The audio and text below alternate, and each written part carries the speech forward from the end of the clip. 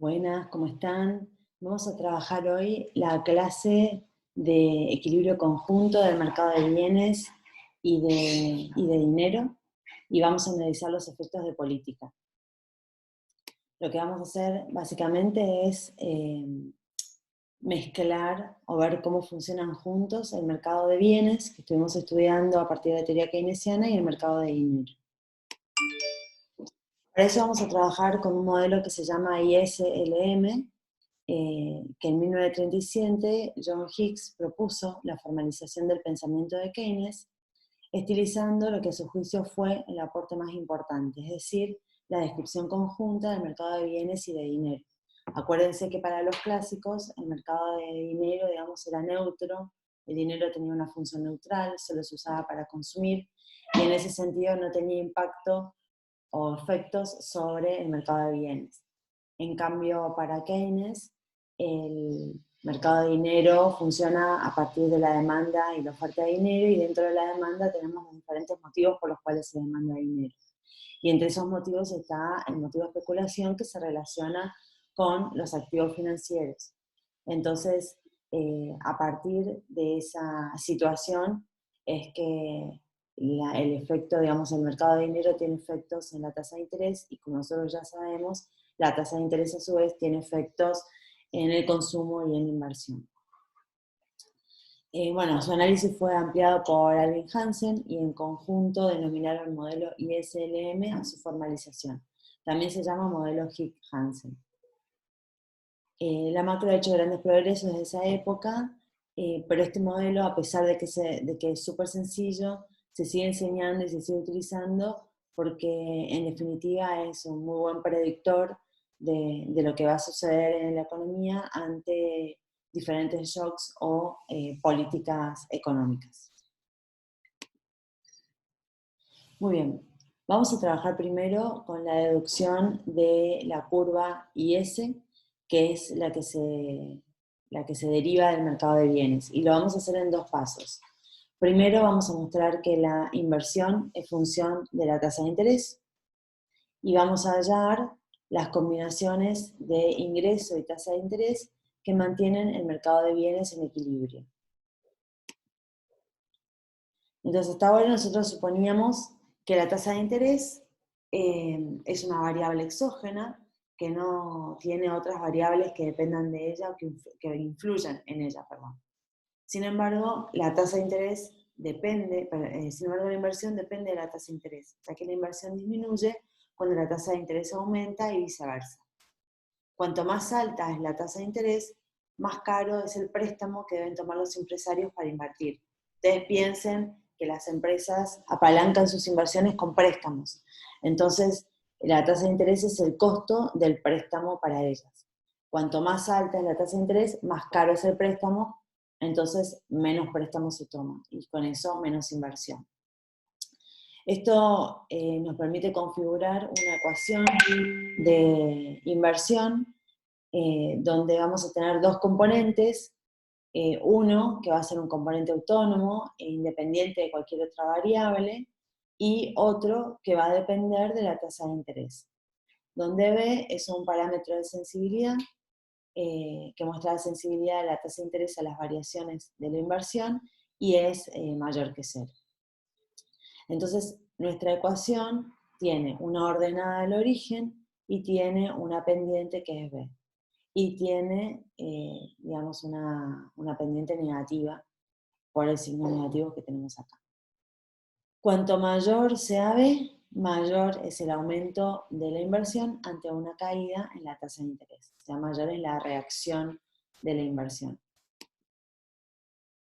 Entonces vamos a ver el efecto que tiene la incorporación de la tasa de interés en la demanda agregada, que nosotros ya estudiamos. Ahora vamos a suponer una economía que tiene sector público, entonces los agentes que participan en nuestra economía son las familias a través del consumo, las empresas a través de la inversión, y el sector público a través del gasto. Entonces, reemplazamos la función de consumo acá, y teníamos, ¿se acuerdan? El consumo autónomo, las transferencias y los impuestos. por C por 1 menos T por I. Y después ponemos la ecuación de la inversión, la nueva ecuación de inversión, la I autónoma más B por la tasa de interés, más el gasto público. Vamos a juntar todos los componentes autónomos, ¿se acuerdan que los juntamos en una letra que se llama A? Y ahí tenemos el consumo autónomo, C por las transferencias, menos C por los impuestos fijos, más la parte autónoma de la inversión, más el gasto público autónomo. Y entonces, para simplificar, reemplazamos todos los componentes autónomos por la A, y le sumamos este C por 1 menos T por I, menos B por I, que fue lo que nos quedó acá arriba. Entonces lo que nosotros vamos a ver es que un aumento de la inversión reduce la demanda agregada un aumento de la tasa de interés reduce la demanda agregada vía la inversión.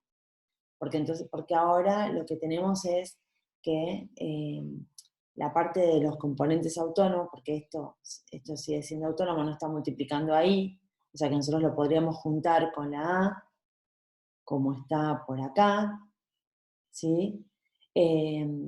Cada vez que aumente la inversión, cada vez que aumente la tasa de interés, se reduce la inversión, cuando se reduce la inversión, se reduce la demanda agregada, y bueno, eso se ve como un desplazamiento paralelo hacia abajo de la demanda agregada desde el punto de vista gráfico.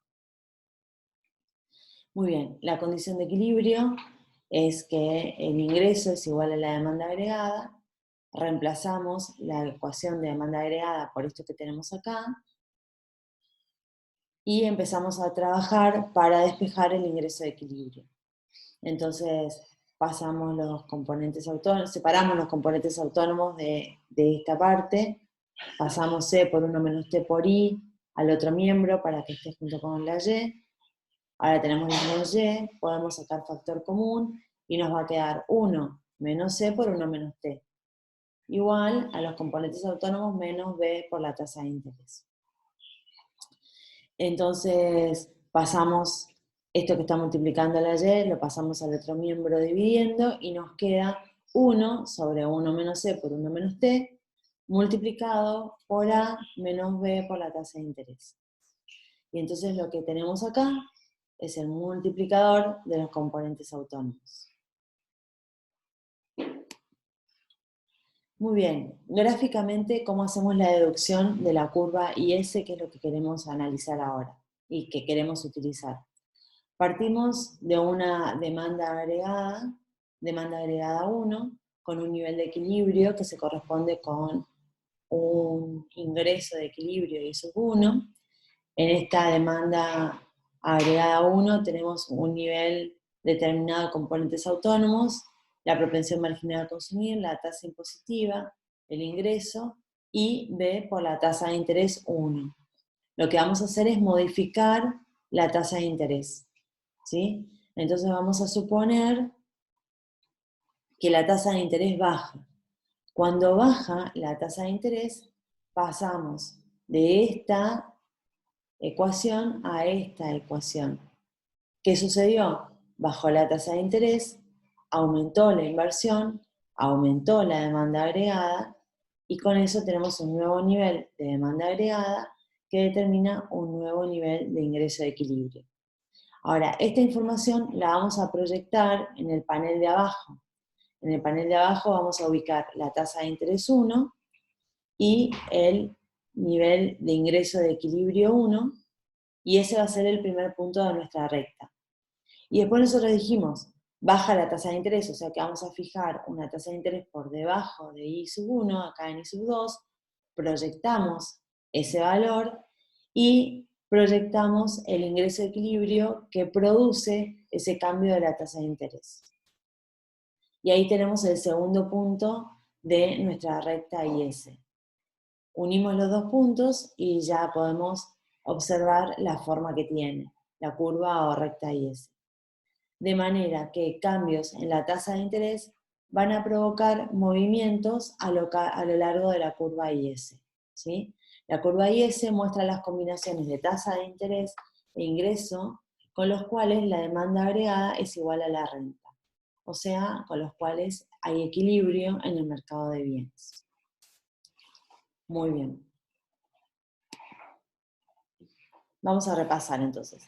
La curva IS es el conjunto de pares de puntos, ingreso, tasa de interés, que satisfacen la condición de equilibrio en el mercado de bienes. El equilibrio en el mercado de bienes se da cuando la renta y el valor de la producción son iguales, o sea, el ingreso de equilibrio es igual a la demanda agregada. Recordemos que definimos la demanda agregada como la suma del consumo más la inversión más el gasto. Recordemos también que al consumo le asignamos una función de comportamiento que está directamente relacionada con el ingreso disponible. A la inversión le asignamos una función de comportamiento que está relacionada con la actividad económica y con la tasa de interés. Y al gasto público lo definimos de manera autónoma. Muy bien. ¿En qué situaciones van a alterar la posición de la curva IS? Fíjense, nosotros ya vimos que cuando cambia la tasa de interés, lo que sucede es que nos movemos a lo largo de la curva. Sin embargo, pueden cambiar pueden cambiar los componentes autónomos de la demanda agregada, y esos cambios van a alterar la posición de la demanda agregada y también van a alterar la posición de la curva IS. Lo mismo, obviamente, que si cambia la propensión marginal a consumir o la tasa impositiva, que van a provocar rotaciones de la curva IS. Pero por ahora vamos a analizar solamente los desplazamientos paralelos. Entonces, la curva IS se desplaza ante cambios en los componentes autónomos, que pueden ser el consumo autónomo, la inversión autónoma, el gasto público, C por las transferencias o C por los impuestos. Siempre tengan en cuenta el sentido del signo para ver en qué dirección se mueve la curva IS, se desplaza la curva IS. Y vamos a hacer un análisis para ver cómo sucede esto. Acá partimos de una situación de equilibrio con un nivel de demanda agregada 1 para un determinado nivel de componentes autónomos, con un equilibrio inicial, equilibrio 1, con un nivel de ingreso Y sub 1. Esto lo proyectamos hacia abajo y determinamos un nivel para tener de referencia de tasa de interés. Y ese lo dejamos fijo. Entonces, por este punto, nosotros ya sabemos que la curva IS tiene pendiente negativa y se comporta de esta manera. Entonces, por este punto pasa la curva IS. 1. Ahora, vamos a suponer que aumenta el consumo autónomo. Si aumenta el consumo autónomo, aumentan los componentes autónomos de la demanda agregada. Si eso sucede, la demanda agregada se desplaza hacia arriba, provocando un nuevo nivel de equilibrio, en equilibrio 2, con un nuevo nivel de ingreso en la economía. Si nosotros proyectamos ese ingreso para abajo, dada la tasa de interés, podemos graficar el nuevo nivel de IS2. Y así es como se razona el desplazamiento de la IS. Muy bien, para repasar entonces los desplazamientos de la IS. Cualquier factor que, dada la tasa de interés, o sea, dejando la tasa de interés constante, modifique la producción de equilibrio, va a desplazar la curva IS. A la derecha cuando el ingreso aumenta y a la izquierda cuando el ingreso a la actividad económica disminuye. Entonces, antes de esto, recordemos, cualquier factor puede ser la aplicación de una política fiscal expansiva o una política fiscal contractiva. En cualquiera de los dos casos, las tres variables que son posibles de modificar son el gasto público, los impuestos y las transferencias. O puede cambiar la inversión autónoma o puede cambiar el consumo autónomo. ¿Sí? Muy bien. Vamos a trabajar ahora la curva LM. Acá vamos a hacer una serie de supuestos, la relación entre el mercado monetario y el mercado de bonos. La condición de equilibrio del mercado monetario garantiza el equilibrio del mercado de bonos. Este es un corolario de la ley de Warras. Por otro lado, la oferta de dinero es una variable exógena que depende exclusivamente de las decisiones del Banco Central, y el nivel de precios está exógenamente determinado, o sea que permanece constante a lo largo del análisis. Acuérdense que nosotros estamos trabajando en el marco del modelo keynesiano. Los modelos keynesianos se aplican en el corto plazo, donde nosotros suponemos que los precios están fijos para todos nuestros análisis. Entonces, recordemos que la demanda de dinero tiene una ecuación de comportamiento donde la demanda L depende del ingreso y de la tasa de interés. Del ingreso depende positivamente y de la tasa de interés depende negativamente. Y que H y K son las sensibilidades de la demanda a la renta o al ingreso y a la tasa de interés. Y que los cambios en el ingreso van a desplazar la demanda de dinero. Y esto va a provocar diferentes equilibrios en el mercado de dinero. Y por otro lado, la oferta de dinero, M sobre P, donde P es constante. M es la cantidad de dinero que hay en la economía y P es el nivel de precios. Como dijimos recién, suponemos que los precios están constantes a lo largo de todo nuestro análisis. De ahí viene la deducción de la LM, igualamos la oferta con la demanda y despejamos la tasa de interés.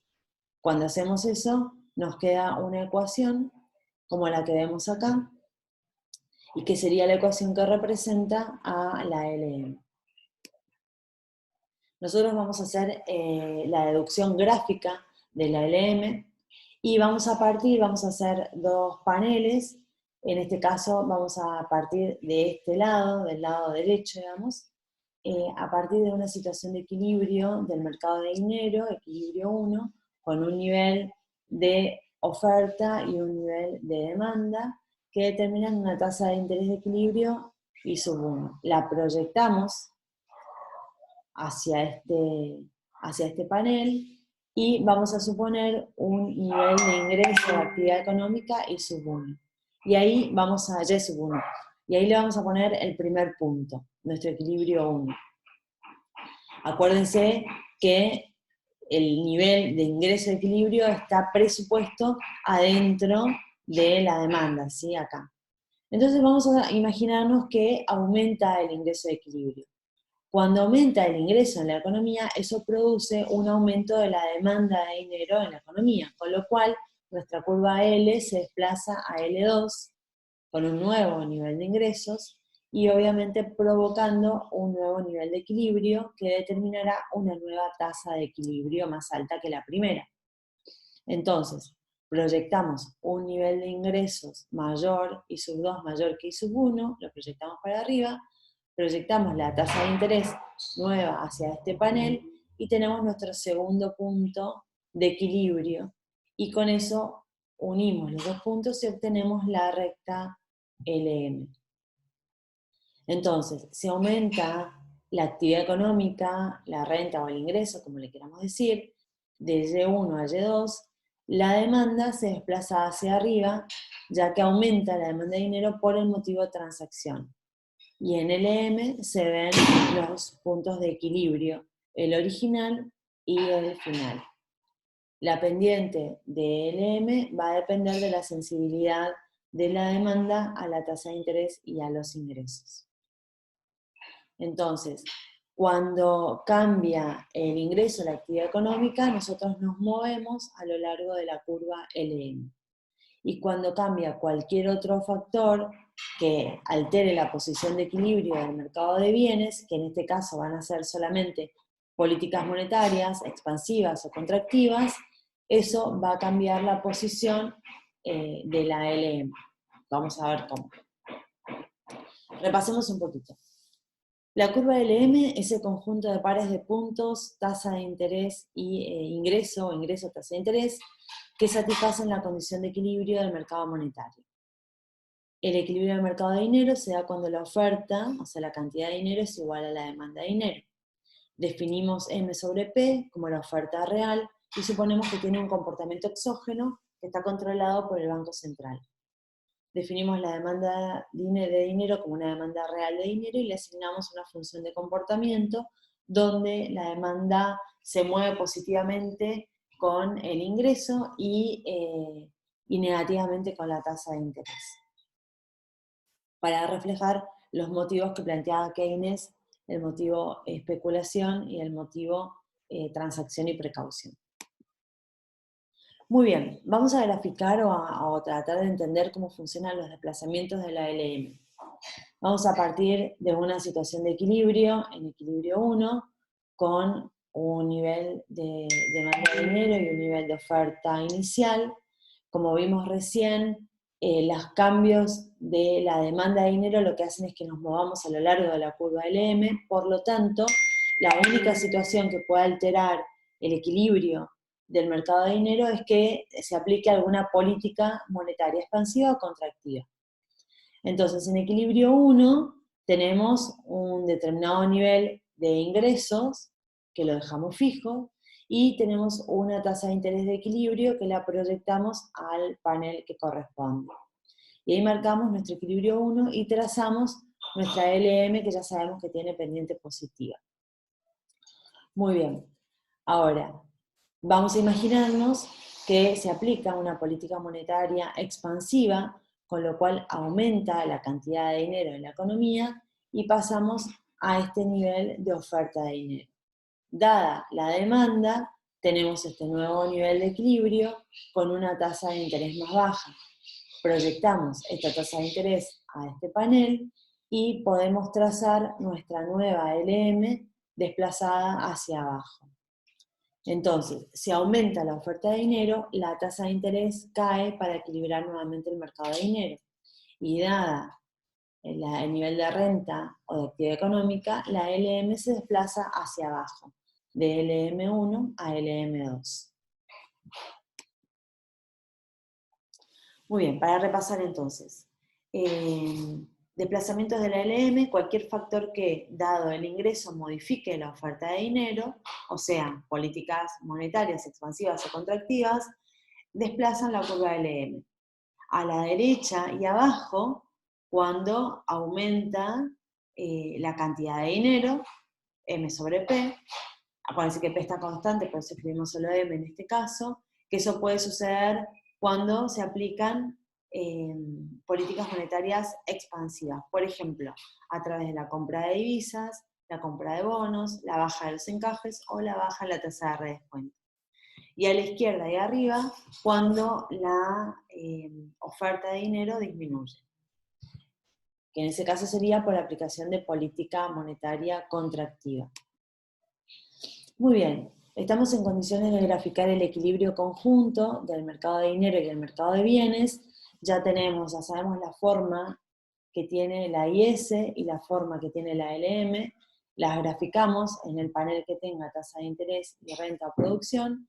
Y lo que vemos acá es el equilibrio simultáneo de los dos mercados en este punto, ¿no es cierto? Con este nivel de tasa de interés de equilibrio y este nivel de ingreso de equilibrio. Entonces el equilibrio muestra las combinaciones de tasa de interés y de ingreso que vacían, decimos así, vacían o equilibran automáticamente ambos mercados de forma simultánea. Esto significa que tanto el mercado de bienes como el mercado de dinero están en equilibrio. Muy bien. ¿Cuáles son los efectos de política económica? La política fiscal, acuérdense, a cargo del Congreso, consiste en la determinación de las variables que tienen que ver con el gasto público, las transferencias y la presión tributaria. Todas estas variables están relacionadas con la curva IS. La política monetaria, a cargo del Banco Central, consiste en la determinación de la oferta de dinero, y los instrumentos que tiene son la compra-venta de bonos, la compra-venta de divisas, el encaje bancario y las tasas de redescuento. Todas estas son herramientas de política monetaria y están relacionadas con la curva LM. Entonces acá les dejo una serie de preguntas para que ustedes razonen e intenten graficar qué es lo que sucede, por ejemplo, cuando se aplica una política monetaria expansiva en el análisis conjunto del mercado de bienes y del mercado de dinero. Y bueno, vamos a ver entonces después en la próxima clase cómo ustedes trataron de resolver todas estas preguntas.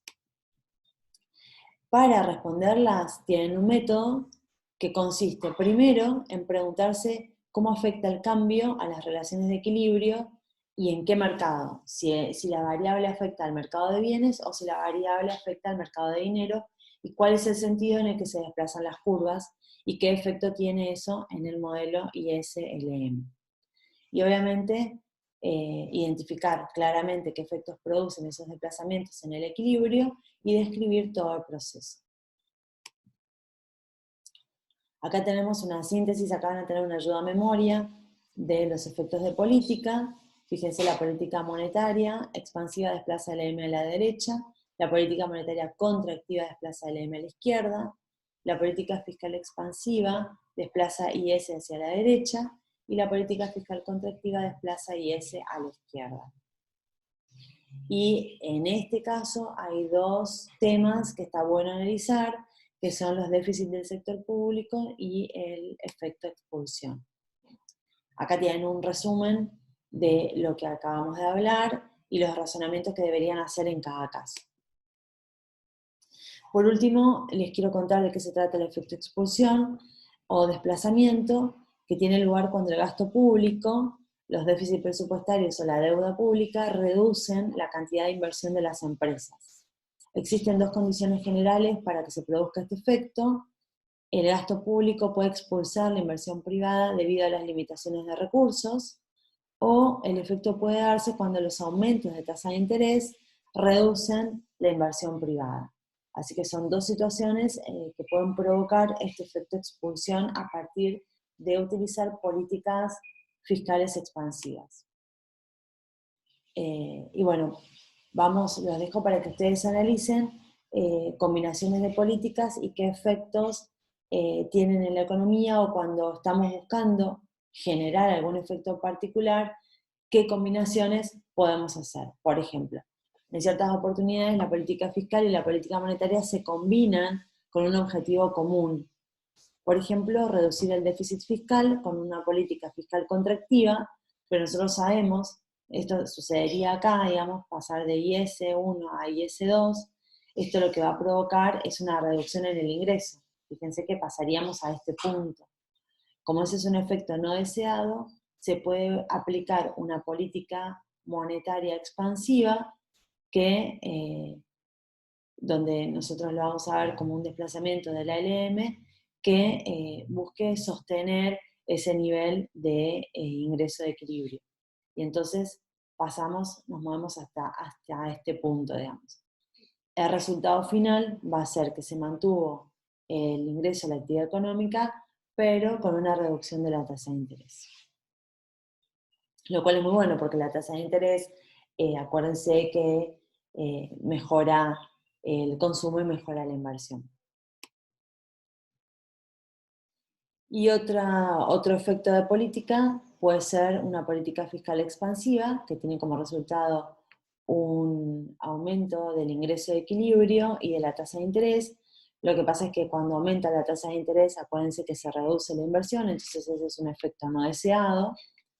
Y bueno, se puede combinar con algún otro tipo de política, que bueno, en este caso nosotros lo estamos viendo como con un resultado final de un aumento de la tasa de interés y un efecto indeterminado en el ingreso. Digamos que esta sería una combinación de políticas no deseable en principio para la economía, porque habíamos logrado aumentar el ingreso y en este punto en equilibrio 2 y bajar la tasa de interés, que son dos cosas muy buenas, y una política fiscal, una política monetaria contractiva lo que hace es reducir nuevamente el ingreso y aumentar la tasa de interés, que perjudica a la inversión.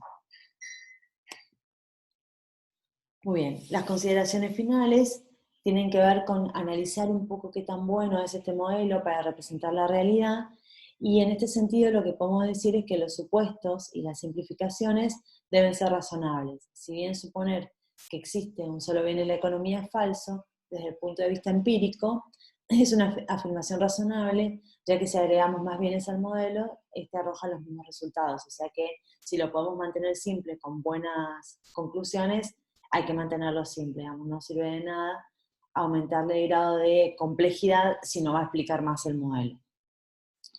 Los resultados obtenidos deben ser coherentes con la realidad observada, y con la ayuda de la econometría podemos verificar si el modelo ajusta correctamente a serie de datos reales. En este caso, resulta que el modelo obtiene muy buenos resultados. Conclusiones finales acerca de la relación entre los mercados. Los mercados de bienes y de dinero son completamente diferentes. Los mercados de bienes y de dinero son dependientes entre sí, y la variable que relaciona los dos mercados son la tasa de interés y el ingreso o la actividad económica. Muy bien, con esto terminamos el análisis del modelo ISLM. Queda para ustedes contestar esas preguntas que dejamos planteadas y vamos a resolverlas en el próximo encuentro.